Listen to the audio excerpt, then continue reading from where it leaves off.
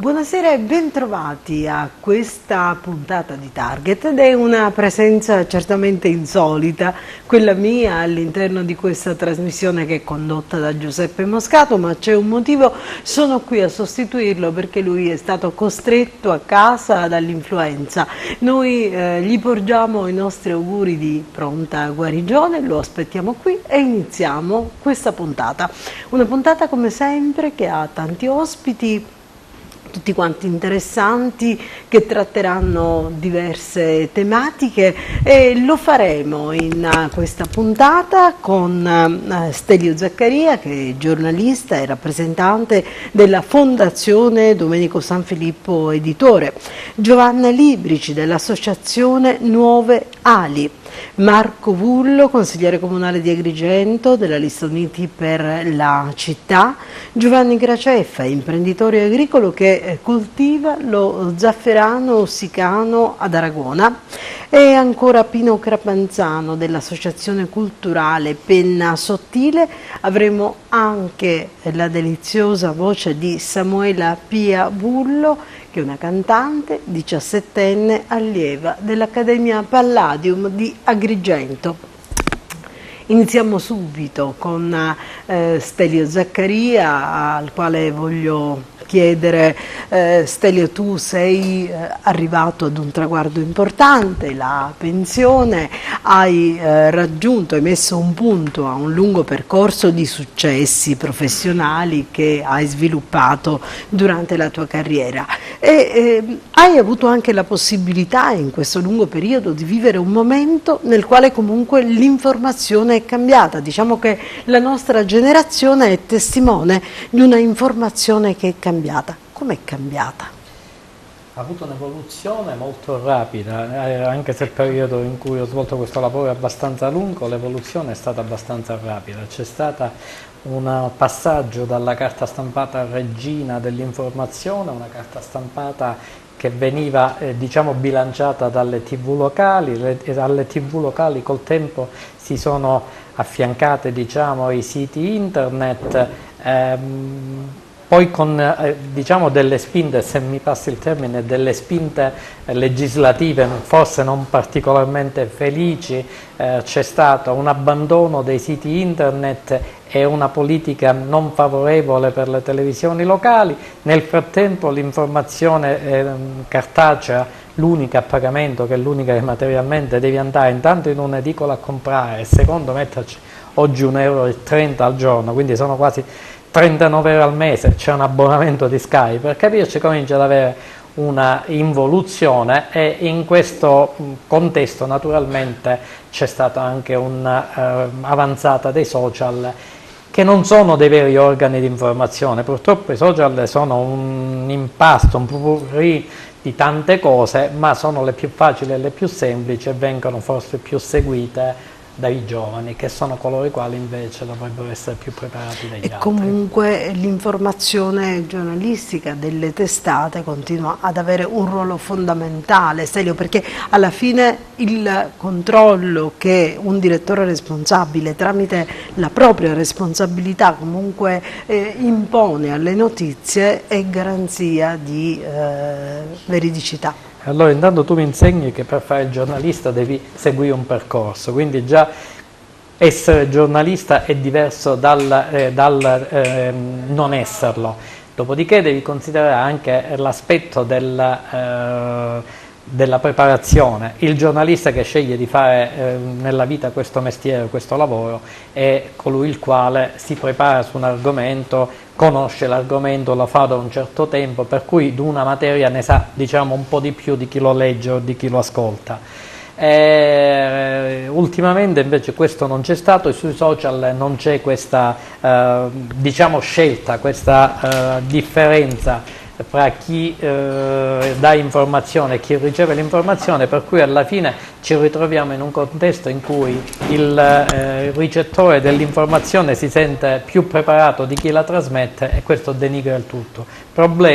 Il problema è che non si capisce più chi è il giornalista e chi non è il giornalista e non c'è più un controllo, perché anche nel discorso dei siti, degli organi diciamo periferici, questa cosa non funziona molto bene, perché senza preparazione e senza controlli ormai l'informazione, diciamo le fake news come viene chiamato in termini moderni, sono quelle che stanno avendo più successo rispetto alle informazioni reali.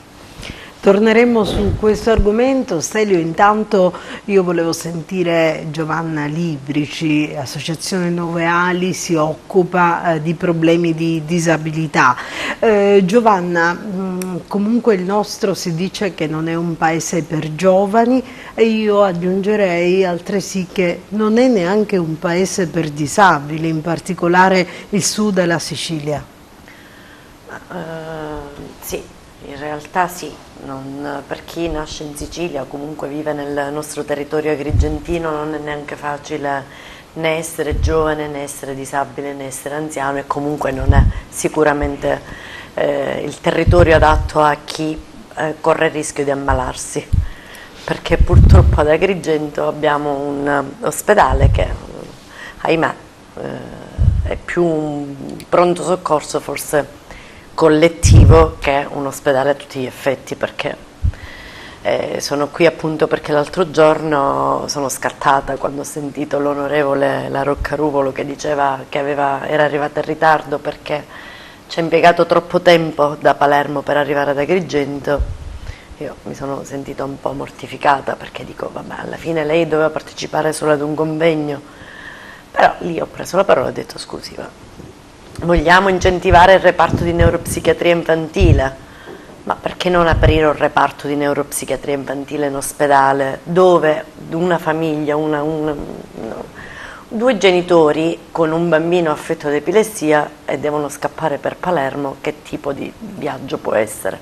Ho provato ad immaginarlo, quindi dico, io nel 2004 mi ero fatta promotrice, sempre con le Nuove Ali, perché fosse aperto un reparto di neuropsichiatria, ma non un reparto intero. Noi non chiedevamo la luna, noi alla fine pretendevamo solo 3 posti letto e li avevamo anche cercati dentro il reparto di pediatria. Ci avevano detto di sì, perché per loro era positivo poter prestare soccorso a un bambino affetto da epilessia o un bambino comunque che cade accidentalmente, batte la testa e gli viene una convulsione, un bambino con febbre alta e gli viene una convulsione. Dico, per il primo soccorso quantomeno i genitori arrivano e hanno dei medici pronti ad accoglierli, a gestirli, poi magari si poteva pensare ad un eventuale trasferimento, cosa che a tutt'oggi dopo 14 anni non è stato fatto. Voi avete una interlocuzione comunque costante con le istituzioni, con gli organi politici che sono deputati alla gestione di queste problematiche? Allora, diciamo che ad Agrigento purtroppo i politici affrontano il problema mano a mano che vengono eletti, cioè oggi c'è il politico Tizio e affronta questo problema, domani fra 4 anni che cambia la politica arriva un altro politico e va ad affrontare un altro problema che magari però il primo già non è stato neanche risolto, quindi rimane incompleto, incompiuto, lasciato lì. Oggi sono qua perché appunto volevo prendere in mano di nuovo questa interlocuzione con questo onorevole, visto che è stata disponibile, insomma sono un po', in effetti hanno riflettuto un attimo, non costa tanto, non c'è un dispendio di energia economica, perché comunque alla fine noi chiedevamo 3 posti letto dentro il reparto di pediatria, ma non significa che quei 3 posti letto devono rimanere liberi perché appunto devono soccorrere questi 3 ragazzini, ma all'occorrenza, per il bisogno, sapere che ci sono quei 3 posti disponibili a questi ragazzi, a questi bambini, per questa tipologia di handicap o di disabilità o di acuzia della patologia in quel momento.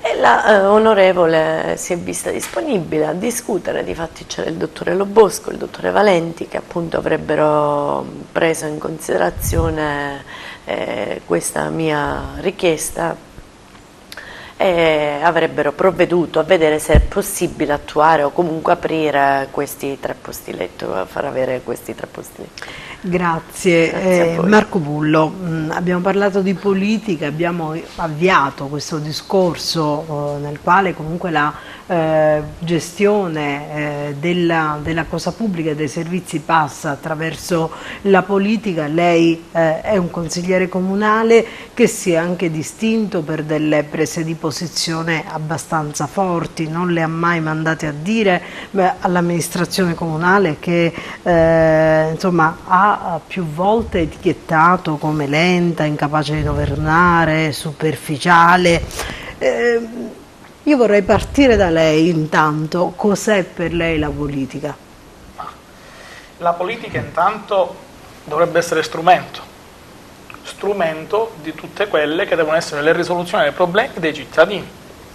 Però a volte questo strumento si sgonfia rispetto alle necessità personali che la politica poi va un pochettino ad identificare, dimenticandosi realmente qual è lo scopo e qual è l'obiettivo. E tra queste situazioni ci sono anche quelle che poi diventano più spiacevoli, gravose, ne abbiamo ascoltate alcune adesso dalla dottoressa Limbrici, cose serie, gravi, che continuano nel tempo e che poi il cittadino realmente si sente inascoltato, perché tutto tace, tutto rimane, ecco, passano i politici, passano le poltrone, però le cose non si risolvono. Ed effettivamente la colpa è della politica, la colpa è nostra, dobbiamo dirlo chiaramente, ecco, ognuno poi si assume proprio la responsabilità delle proprie competenze e dei propri incarichi. E proprio da qui voglio partire per sollevare quello che, ad esempio, per parlare della città di Agrigento, è il disastro della politica. Cioè la politica di prima, ma anche la politica dell'innovazione di oggi, dico quella a targa Lillo Firetto, è una politica che non riesce a muovere nulla, una politica che tace, una politica che non è strumento verso la città, strumento verso le persone, strumento di risoluzione dei problemi. Marco Bullo, volevo dirle però al riguardo, certo per un'amministrazione non è facile poter gestire una città che lei più volte ha visto e della quale ha denunciato nei quartieri satellite della mancanza di illuminazione, di servizi, le strade colabrodo. Effettivamente dico c'è una situazione di disastro che è anche difficile da gestire o no? Ma guardi, nel precedente consiglio comunale, in una discussione con un assessore, non è opportuno fare il nome, ebbe a dire che se io sto male vado dal medico ed è quasi obbligatorio che mi debba fare una prescrizione, la prescrizione medica. Ecco, io in politica credo che nessuno ci abbia detto che dovevamo fare i politici. Quindi nel momento in cui decidiamo di assumere un ruolo, che sia quello del sindaco, che sia quello dell'assessore comunale, che sia quello dell'assessore regionale, del consigliere comunale, per andare proprio a scendere, ognuno di noi si deve assumere la responsabilità degli impegni che ci siamo presi. Il disastro c'è, però chi arriva dopo quello che ha lasciato il disastro lo sapeva che cosa trovava. Quindi non mi posso sentir dire oggi, certo per me è facile il ruolo di oppositore, ma attenzione perché è anche facile da parte mia osservare queste lacune, però non credo che un amministratore, in questo caso la Giunta Firetto, non sapeva di quello che veniva a trovare. Quindi oggi non ci possiamo sentir dire ma non c'erano i soldi, ma non c'è questo, ma non c'è quello, perché nel momento in cui tu ti assumi la responsabilità di governare una città, devi essere in grado che quella città deve andare avanti e risolvere problemi, altrimenti vuol dire che quel ruolo non te lo sei conquistato in termini di consenso perché questo è stato, ma te lo sei conquistato dicendo delle cose che forse già sapevamo prima. Grazie Marco Bullo, torneremo a parlare di questi problemi con delle battaglie in particolare che lei sta conducendo. Adesso parliamo di Zafferano, lo facciamo con Giovanni Gramanzano, lo facciamo con Giovanni Graceffa, che è imprenditore agricolo che coltiva ad Aragona lo zafferano. Lo zafferano è considerato l'oro rosso perché comunque costosissimo, perché comunque è una coltivazione di grande pregio. Intanto a Crapanzano io volevo chiedere come nasce l'idea di coltivare lo zafferano. L'idea di coltivare lo zafferano ad Aragona è nata così improvvisa, seguendo una trasmissione in una televisione francese.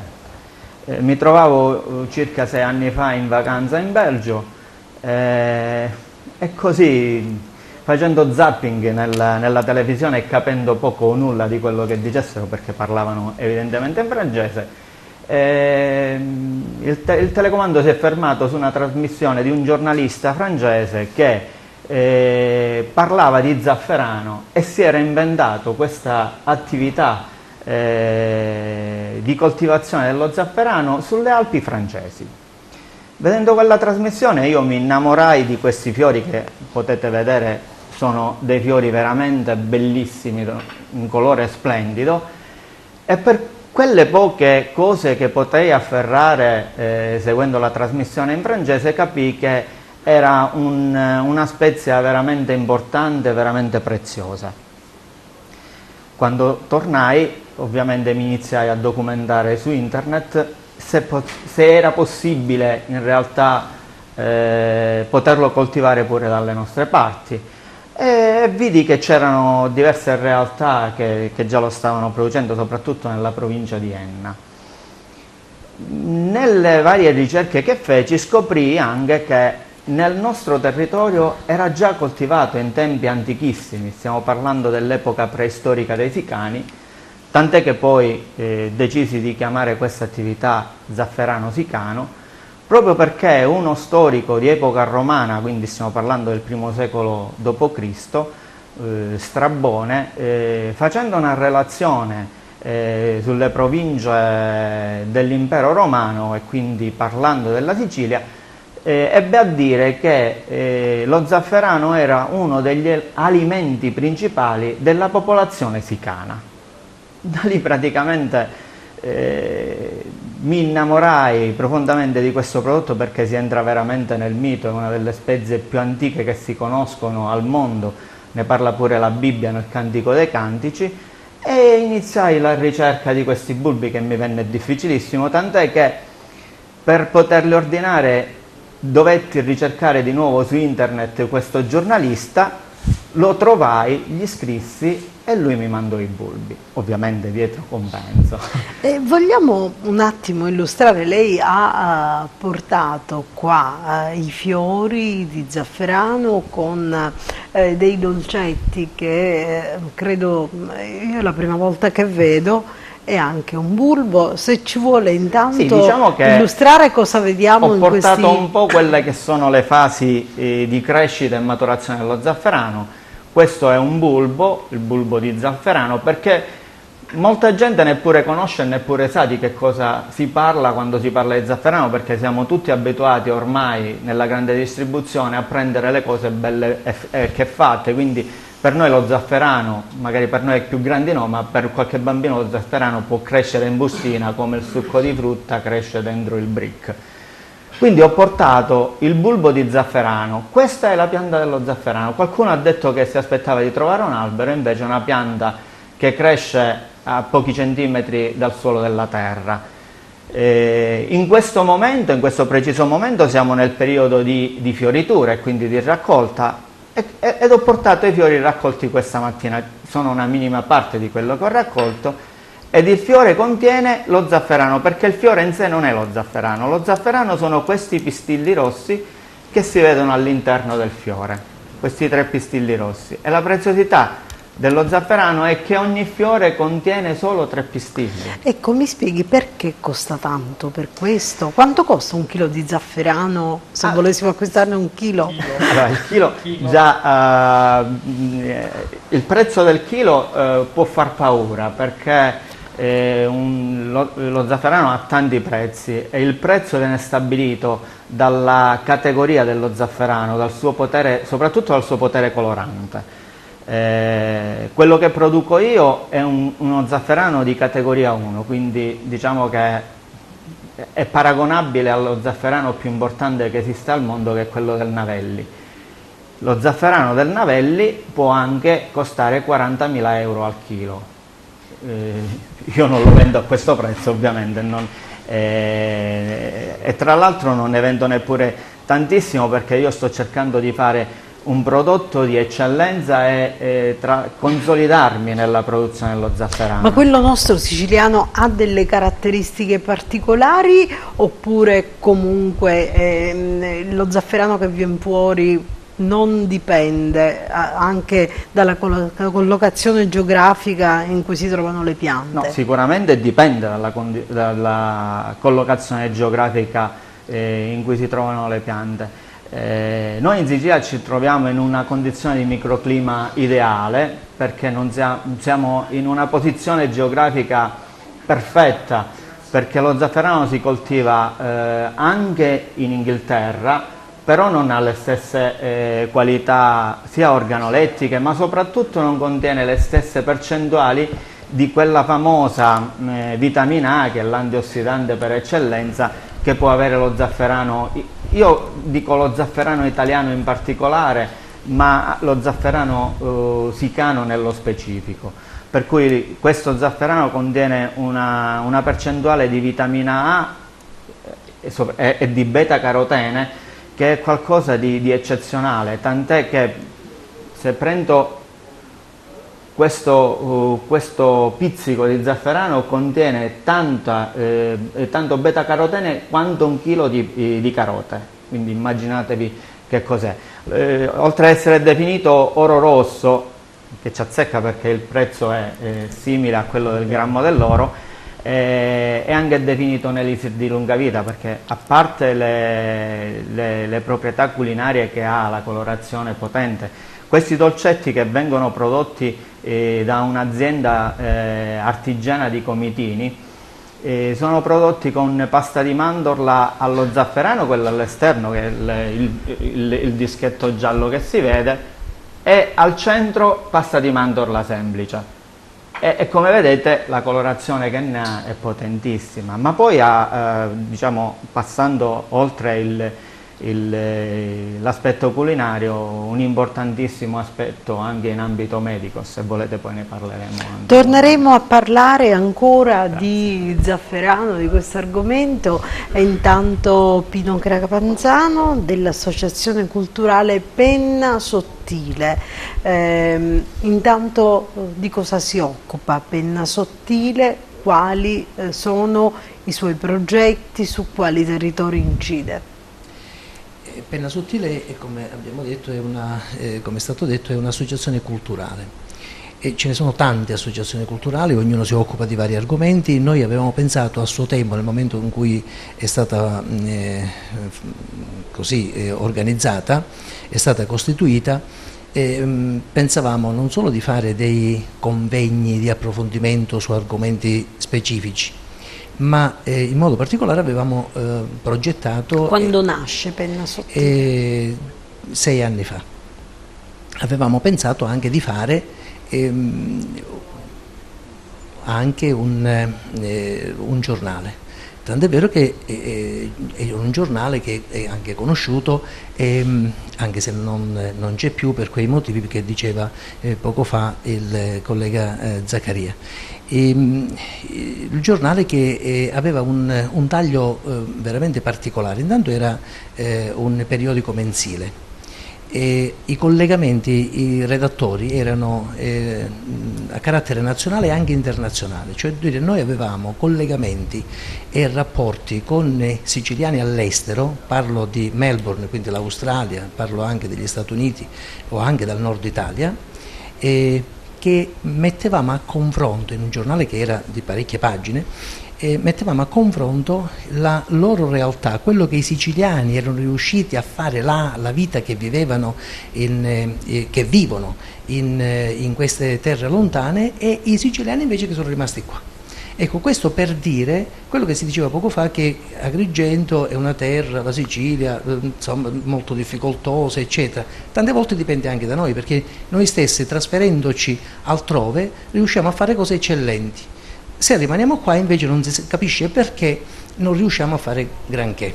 E allora questo era un messaggio che volevamo dare, e l'abbiamo dato per parecchio tempo. Fino a quando che tipo di risposta avete avuto rispetto comunque ad un giornale che si poneva in maniera così innovativa e curava un aspetto tipicamente settoriale.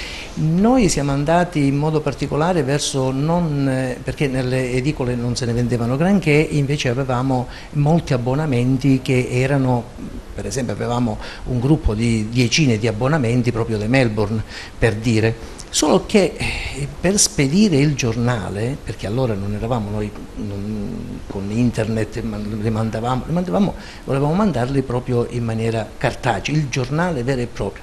Il costo era talmente elevato per cui alla fine siamo stati costretti un po' a sospenderlo. Ma Abbiamo adesso per esempio però, sarebbe più facile, no? Utilizzando la rete. Infatti proprio ieri sera abbiamo fatto una riunione per poter rilanciare un po' Penna Sottile anche sotto il profilo giornalistico. Intanto abbiamo cominciato con il concretizzare quello che sono i lavori che si fanno nei convegni. Noi abbiamo fatto dei convegni che riguardano non so, il 4 di novembre di ogni anno, il giorno della memoria e del ricordo, che noi, considerato che le vittime dall'una e dall'altra parte sono sempre vittime e quindi non hanno più una bandiera differente ma ne hanno una unica, quella di essere vittime, l'abbiamo messa assieme, siamo gli unici in tutta l'Italia che abbiamo fatto una cosa del genere e è andata avanti. Abbiamo pensato proprio ieri che abbiamo fatto una riunione di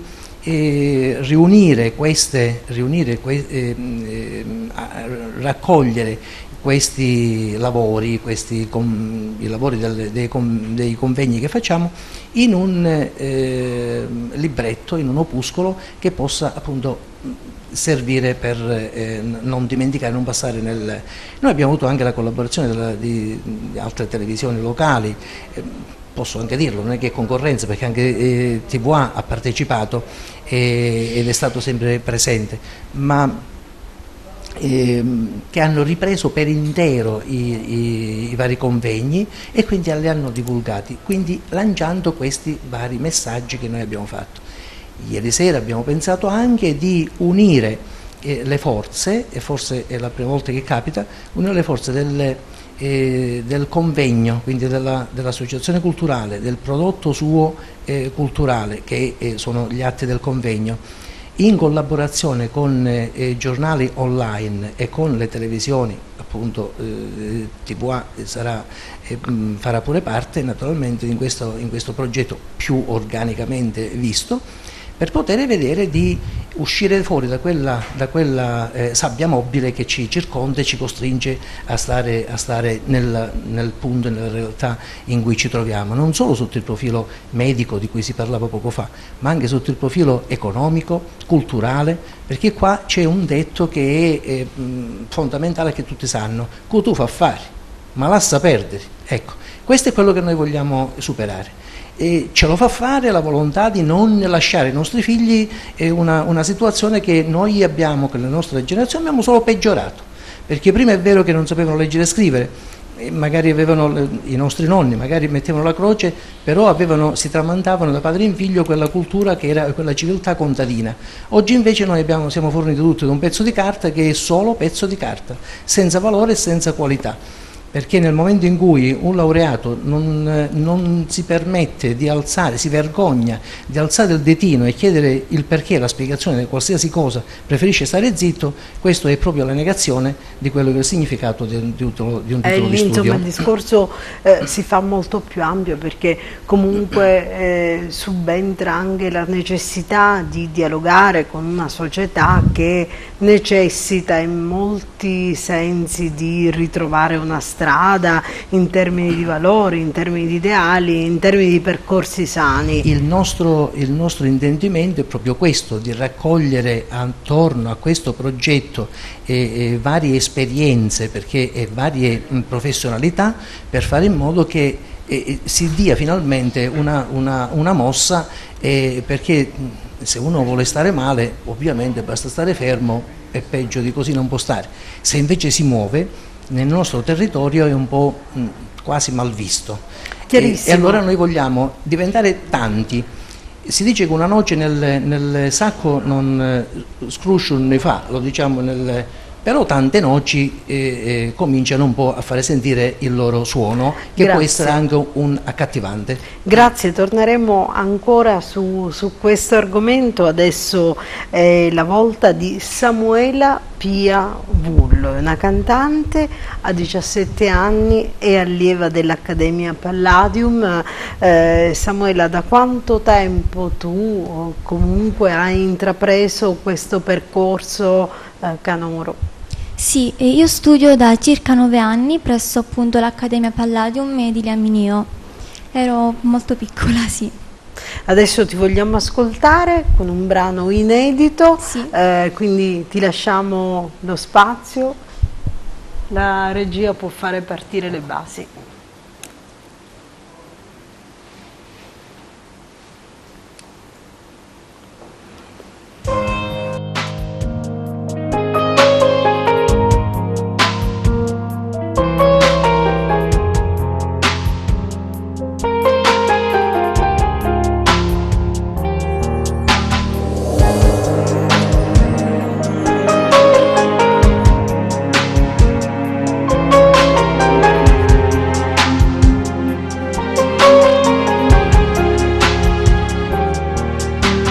Guardo sempre le distanze e non riesco a dire mai dov'è, che poi finisce l'aria di magia e ricomincia dura la realtà. Provo sempre ad inventare un posto piccolo tutto per noi, perché non riesco più ad immaginare che in ogni angolo dei giorni miei non ci sei.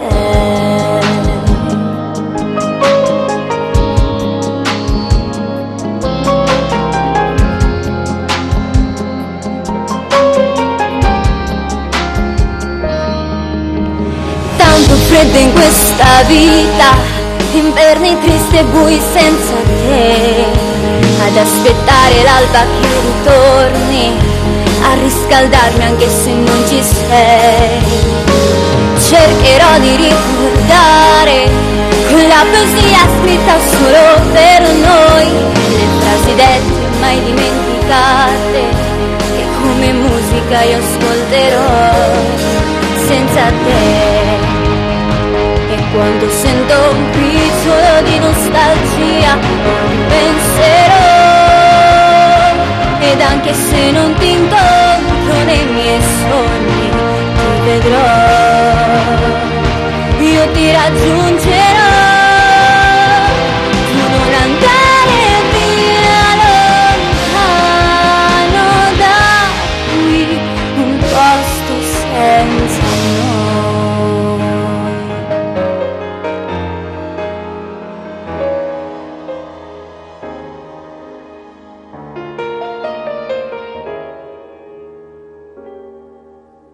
Tante sono le promesse, ma poi decidono le verità. Parole dette in circostanze futili, che come nuvole poi vanno via. Spazio ormai per i ricordi, nel mio cassetto non ne troverò. Io che non riesco a immaginare il mondo, se nelle strade e nei sentieri miei non ci sei. E quando sento un briciolo di nostalgia ti penserò, ed anche se non ti incontro nei miei sogni ti vedrò, io ti raggiungerò. Tu non andare via lontano da un posto senza noi.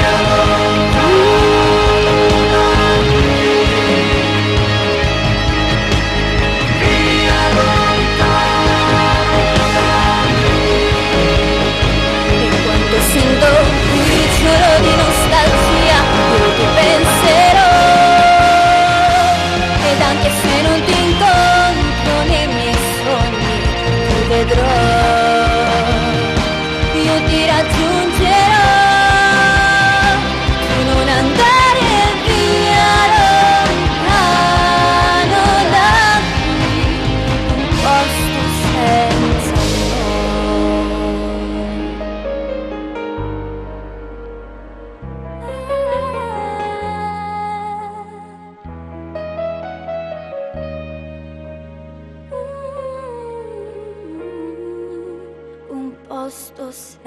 senza no. Brava Samuela, ti auguriamo veramente tanto successo, grazie per averci allietato con questa splendida voce, questa bella canzone. Ritorniamo a discutere, lo facciamo con Stelio Zaccaria, il quale adesso fa parte della Fondazione Domenico Sanfilippo Editore. Stelio, per te è un nuovo impegno questo, come sarà?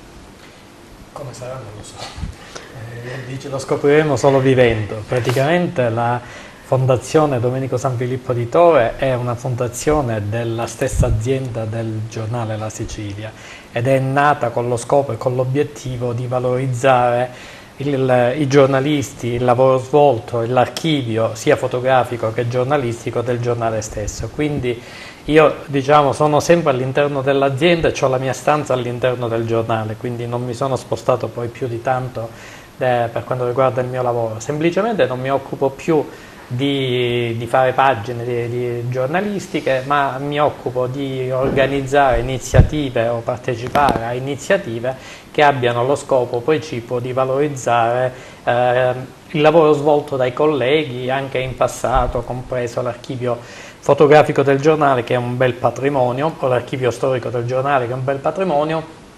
In tal senso, ad esempio, si sta organizzando ora nel Catanese una mostra del 68 con le fotografie tratte dal giornale degli anni molto importanti per la protesta, per i cambiamenti che ci sono stati nella società. Contemporaneamente si stanno realizzando anche dei libri, delle mostre. Io personalmente ho sottoscritto già un accordo quando è stato Agrigento 2020 Capitale della Cultura, come fondazione ne facevamo parte, e abbiamo sottoscritto l'accordo per i 2600 anni di storia. Abbiamo anche un accordo avviato con l'Ente Parco e ci stiamo preparando ad altre iniziative ad Agrigento che magari poi dirò man mano che si vanno concretizzando. Grazie Stelio. Comunque parlavi poco fa del giornale La Sicilia, le vicende giudiziarie che hanno coinvolto l'editore pongono un attimo un momento di riflessione su quella che è la linea di confine tra la linea editoriale e invece l'ingerenza vera e propria. Come un giornalista si muove all'interno di questa dicotomia? Allora, intanto partiamo dal presupposto che la vicenda che ha colpito il nostro editore e direttore, il dottor Mario Giangio Sanfilippo, è una vicenda che ci ha colpito tutti personalmente, ma che non coinvolge direttamente né la testata né i giornalisti, e questo l'abbiamo subito fatto notare per evitare che si ingenerassero delle confusioni.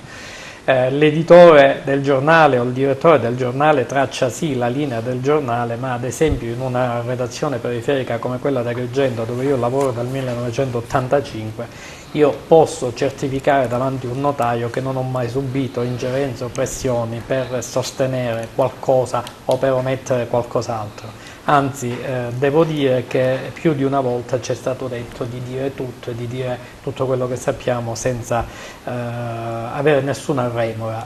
In passato e anche attualmente noi abbiamo sempre seguito con grande attenzione anche i fatti di mafia, abbiamo avuto colleghi che avevano anche l'appellativo di giornalista antimafia, per cui io devo dire personalmente che non mi sento coinvolto in nessuna iniziativa, né personalmente né che riguardano anche i miei colleghi né di Agrigento né di Catania. Per quanto riguarda Catania, l'editore si è dimesso, l'editore direttore si è dimesso e i commissari giudiziari, 2 commissari giudiziari hanno nominato un nuovo direttore, che è il dottor Antonello Pirano, che è stato ospite anche della vostra televisione, il quale ha subito tenuto a dire che noi, avendo massima fiducia nella magistratura, stiamo continuando a svolgere il nostro lavoro normalmente e regolarmente, senza nessuna variazione. I commissari hanno il compito di traghettare le attività della Domenico Sanfilippo Editore fino alla risoluzione dei procedimenti giudiziari che riguardano il nostro editore, per cui nelle more per noi non cambia niente, ecco, siamo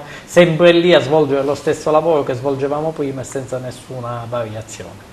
Grazie Stelio, un'ultima domanda, alla luce della tua lunga carriera, quale sarà l'informazione che verrà? Quale sarà l'informazione che verrà? Allora, noi dobbiamo partire da un presupposto, che l'ordine dei giornalisti, che in questi giorni sta facendo una ipotetica riforma con l'ordine del giornalismo, è l'unico organismo in tal senso esistente nel mondo. Negli altri stati non esiste un ordine dei giornalisti, è una categoria che lavora in modo diverso, probabilmente l'accesso è anche legato all'università, alla preparazione, alla cultura, ma non c'è un ordine al quale uno deve essere iscritto.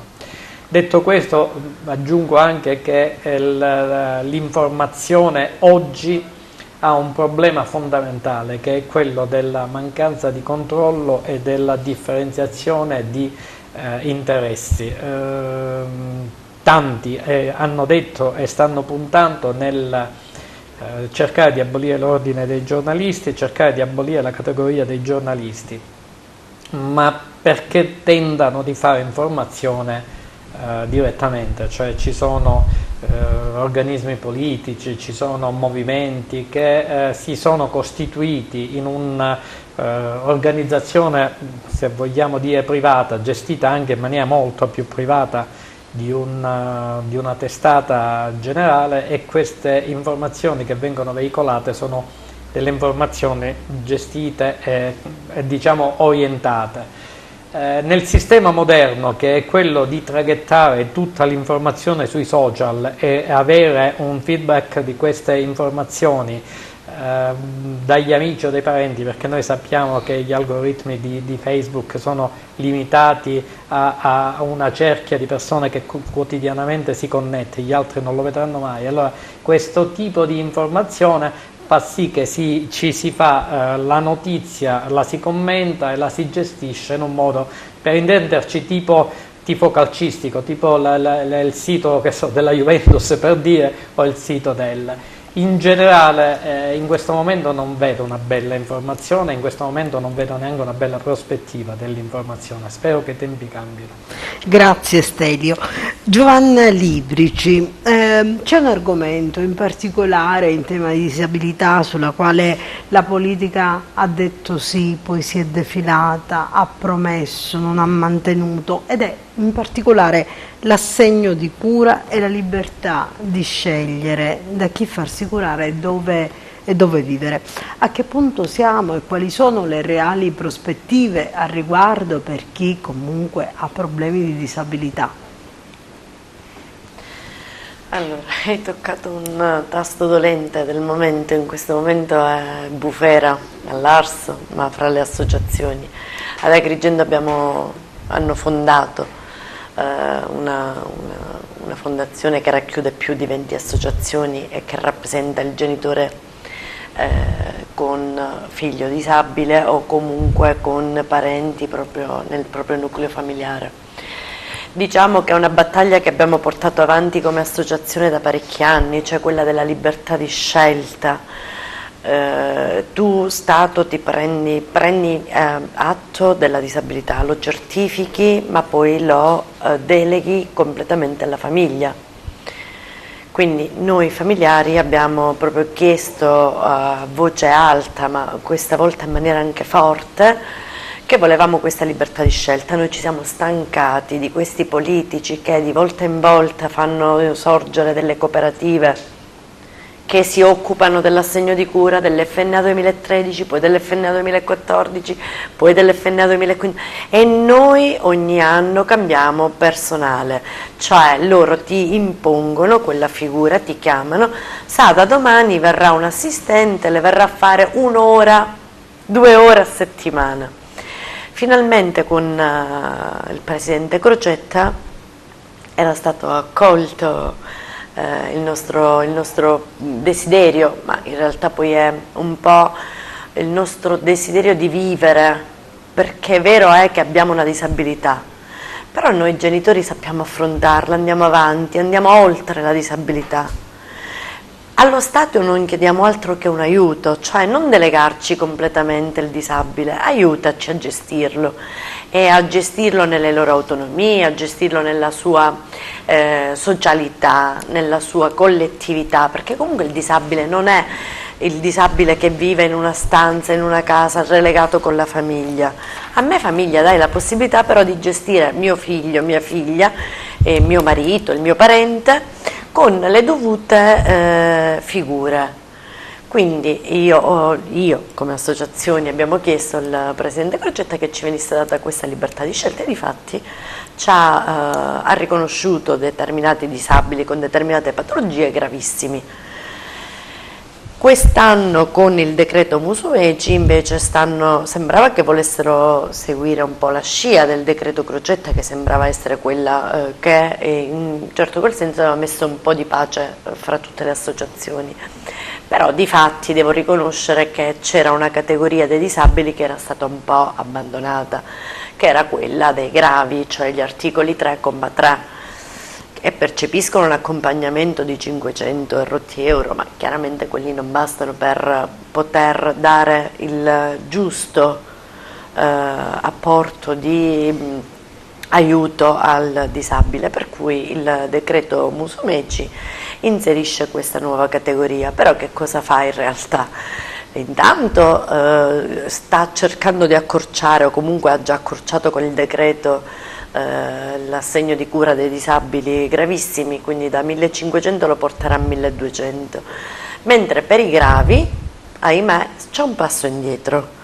Cioè, se dall'altra parte c'è la libertà di scelta, quindi io ti do l'assegno, tu spendi come meglio credi, quindi viene riconosciuta la figura del caregiver, dall'altra parte dice al disabile grave che la famiglia di quel disabile non potrà fare la stessa scelta, quindi c'è una discriminazione di base che non va bene, perché tu puoi semmai dare un assegno più basso, ma comunque garantire la libertà di scelta, cioè io devo essere libero di scegliere se ritengo utile pagare, che ne so, l'OSA anziché l'OS, ma devo essere io a sceglierlo, non deve essere la cooperativa di turno che mi impone la figura di 2 ore a settimana.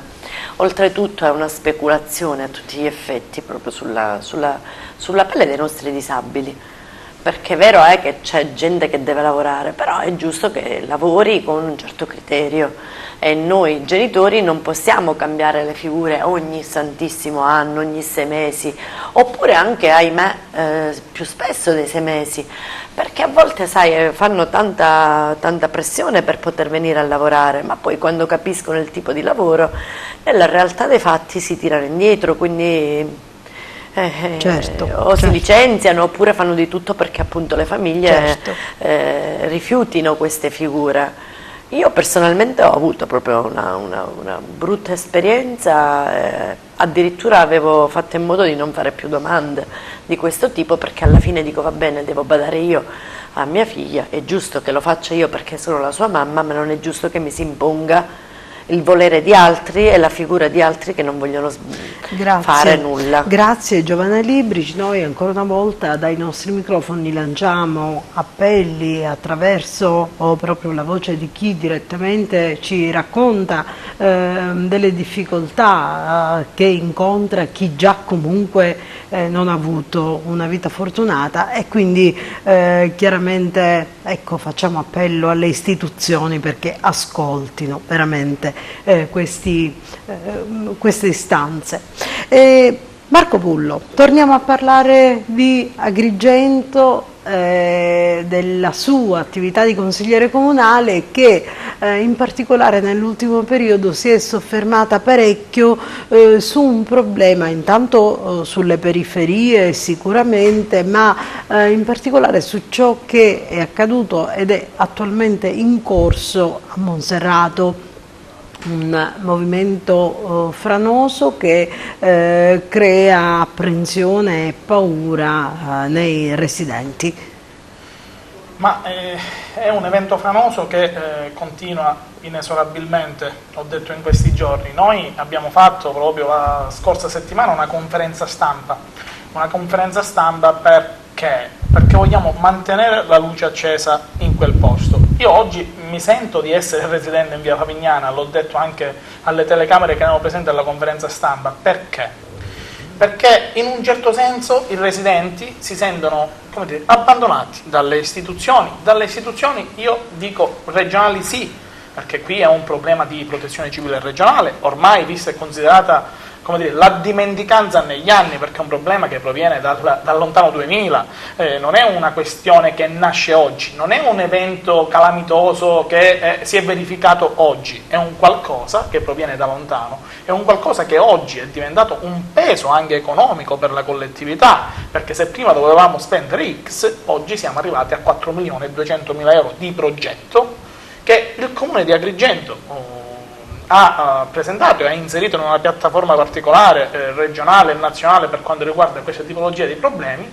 Però oggi che cosa vogliamo sapere noi da questa amministrazione comunale? Perché dico l'amministrazione comunale? Perché secondo me è il primo cittadino che deve dare le risposte a quello che succede nel suo territorio, e secondo me, credo che siano i risultati, non vuole essere, diciamo così, un attacco diretto, però bisogna andare a Palermo, se sono quelli tavoli dove andare a battere i pugni e dire che cosa vogliamo fare di questo finanziamento, che cosa vogliamo fare di via Favignana, che cosa vogliamo fare delle 8 famiglie che a febbraio sono state sgomberate perché c'era un rischio che questa frana si portasse giù la palazzina. Li vogliamo continuare a fare vivere nel disagio, nella preoccupazione, nello spavento che qualche giorno qualche vigile urbano, perché poi si sono verificate scene anche come dire, brutte, del tipo andare a mezzanotte a far sgomberare quelle famiglie, no? È da 12 anni, da 15 anni che parliamo del problema e poi si sceglie una bella sera a mezzanotte di andare a sgomberare la famiglia. Però se c'è un reale problema e un reale pericolo, bene. Però oggi quali sono i risultati?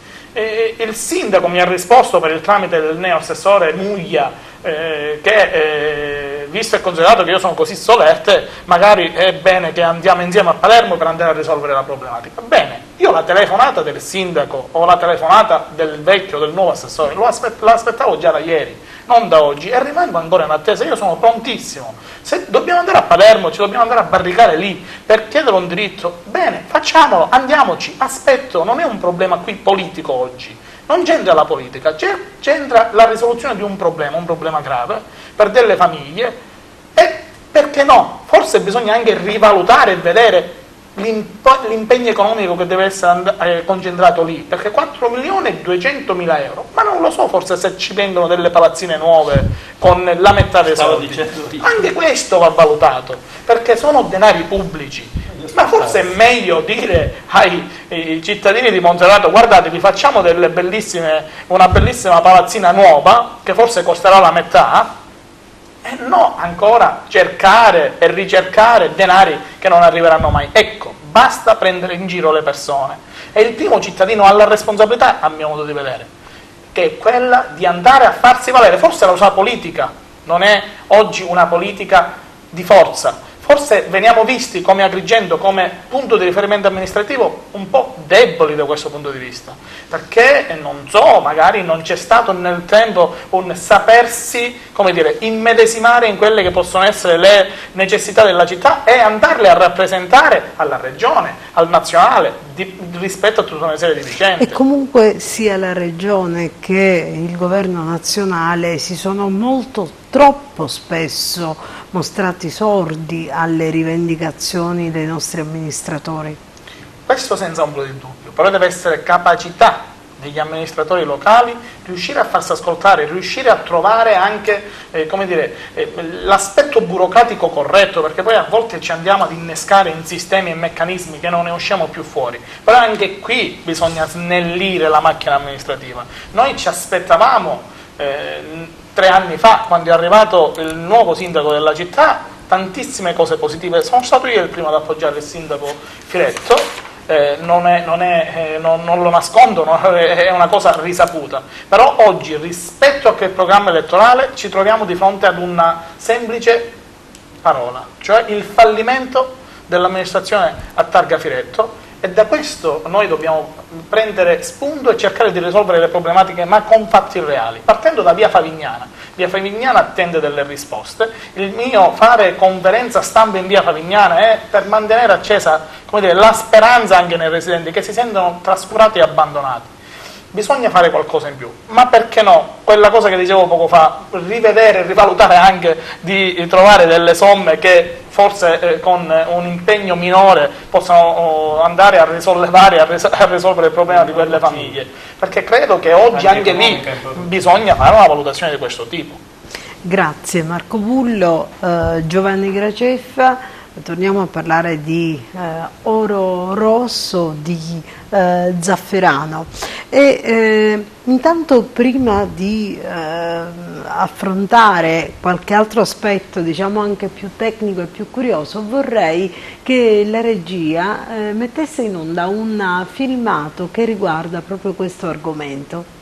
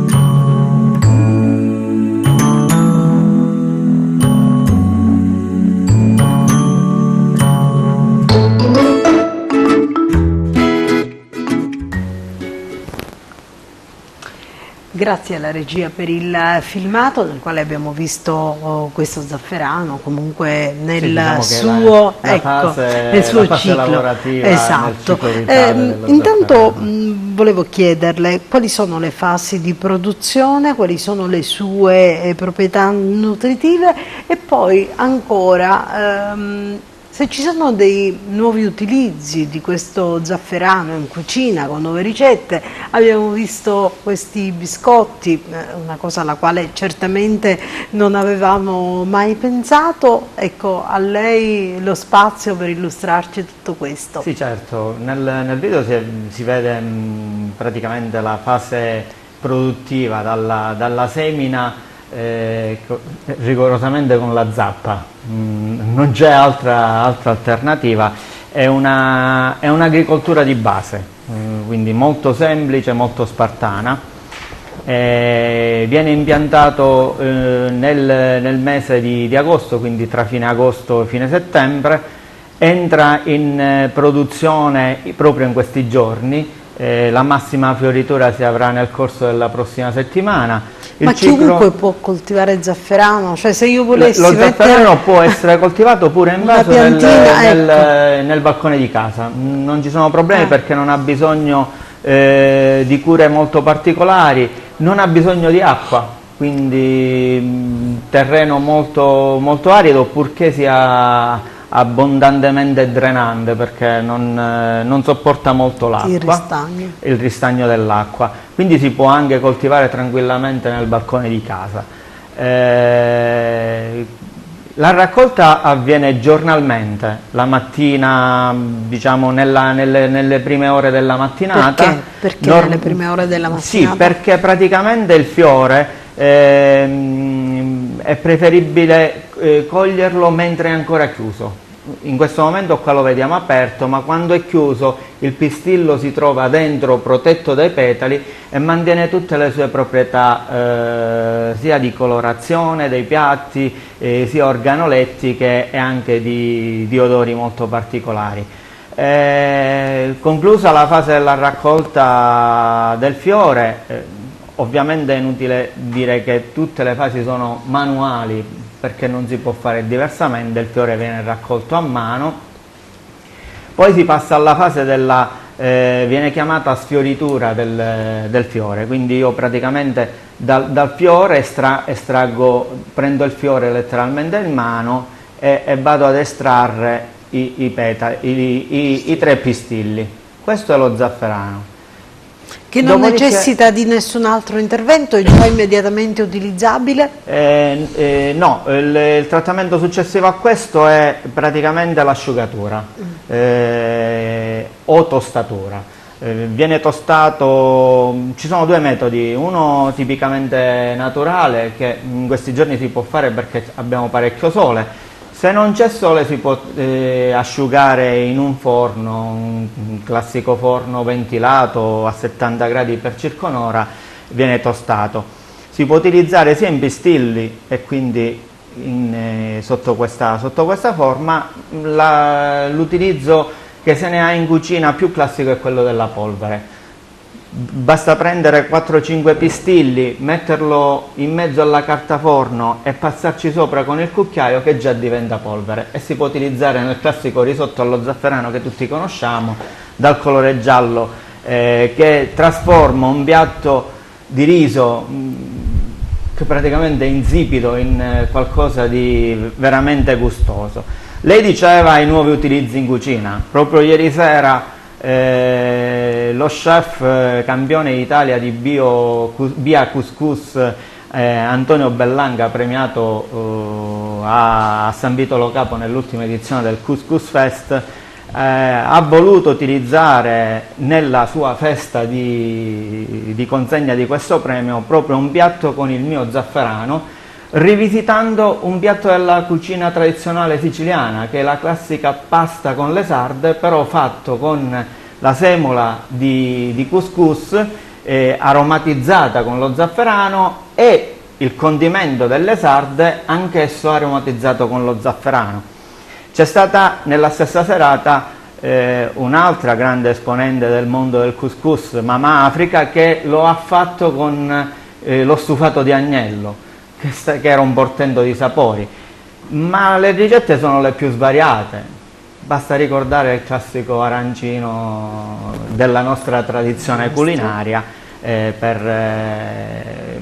ma si può utilizzare ovunque, anche su una semplice bistecca basta portarci sopra un po' di polvere di zafferano e cambia completamente il gusto della carne. Grazie per le indicazioni, per averci fatto conoscere ancora meglio questo prodotto e per averci dato la possibilità anche di sapere che comunque quello sicano è uno dei migliori. Anche un ottimo utilizzo in ambito medico, è importantissimo conoscerlo. Benissimo.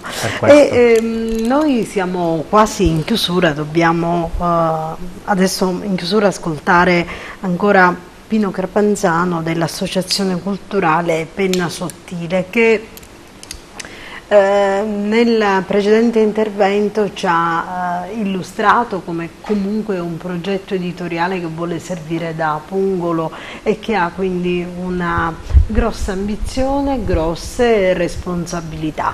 Ecco, quali saranno gli obiettivi? Beh, la prossima, abbiamo accennato più o meno quello che è l'indicazione nata proprio ieri come approfondimento, e il prossimo nostro impegno è proprio il 7 di novembre, in collaborazione, come abbiamo detto, con il Comune di Favara, con l'Istituto Martin Luther King e con la Società Agrigentina di Storia Patria. Affronteremo, siccome ricorre il 100° anniversario della fine della guerra, della prima guerra mondiale, ecco, in questo caso sarà presentato anche un libro a tal proposito sul capitano Vaccaro, che è un eroe un po' dimenticato in qualche senso. A 33 anni lui è stato non solo avvocato ma anche sindaco e anche capitano, quindi un complesso di esperienze, di cose che emergeranno tutte.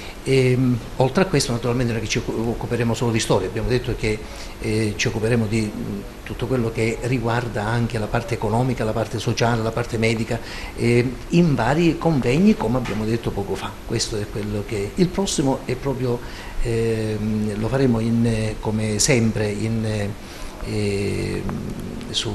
al Castello Chiaramonte di Favara, perché la collaborazione del Comune di Favara ci dà l'opportunità di utilizzare questo magnifico luogo, posto eccezionale che abbiamo a Favara.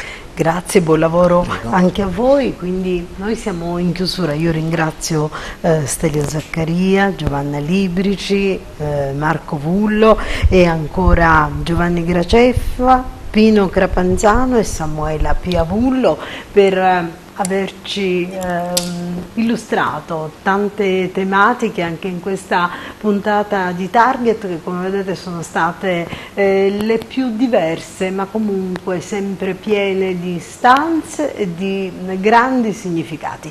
Noi ringraziamo invece il nostro pubblico per averci seguito e vi diamo appuntamento alle prossime puntate di Target.